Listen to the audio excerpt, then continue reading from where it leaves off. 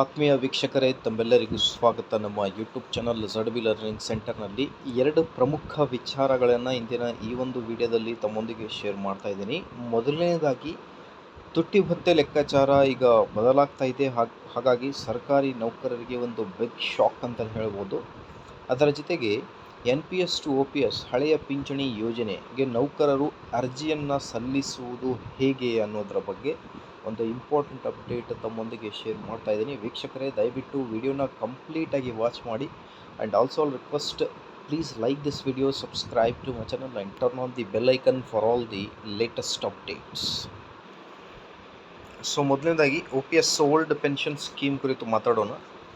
ಹಳೆಯ ಪಿಂಚಣಿ ಯೋಜನೆಗೆ ಸರ್ಕಾರಿ ನೌಕರರು ಅರ್ಜಿ ಸಲ್ಲಿಸುವುದು ಹೇಗೆ, ಅರ್ಜಿ ನಮೂನೆ ಇಲ್ಲಿದೆ ಅನ್ನೋದು ಒಂದು ಮಾಹಿತಿ ಬರ್ತಾ ಇದೆ ಕೆಲವೊಂದು ಸೋರ್ಸಸ್ಗಳಿಂದ.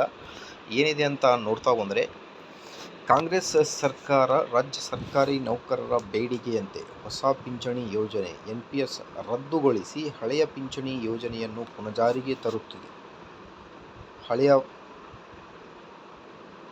ಡಿಫೈನ್ಸ್ ಪಿಂಚಣಿ ಯೋಜನೆಗೆ ಅರ್ಜಿ ಸಲ್ಲಿಸುವುದು ಹೇಗೆ, ಅರ್ಜಿ ನಮೂನೆ ಹೇಗಿದೆ ಎಂಬುದು ಇಲ್ಲಿ ನೋಡೋಣ ಅಂತ ಹೇಳ್ತಾ ಇದ್ದಾರೆ.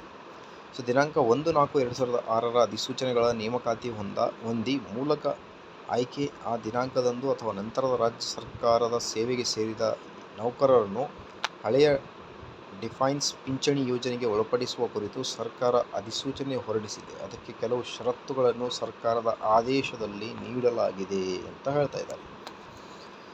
ಸೊ ಹಾಗಾಗಿ ಇದರ ಜೊತೆಗೆ ನೀವು ಇಲ್ಲಿ ಗಮನಿಸ್ತಿರ್ಬೋದು, ತುಟ್ಟಿ ಭತ್ಯೆ ಹೆಚ್ಚಳದ ಲೆಕ್ಕಾಚಾರ ಬದಲು ಈಗ ಕೇಂದ್ರ ಸರ್ಕಾರಿ ನೌಕರರಿಗೆ ಬಿಗ್ ಶಾಕ್ ಅಂತ ಹೇಳ್ತಾ ಇದ್ದಾರೆ.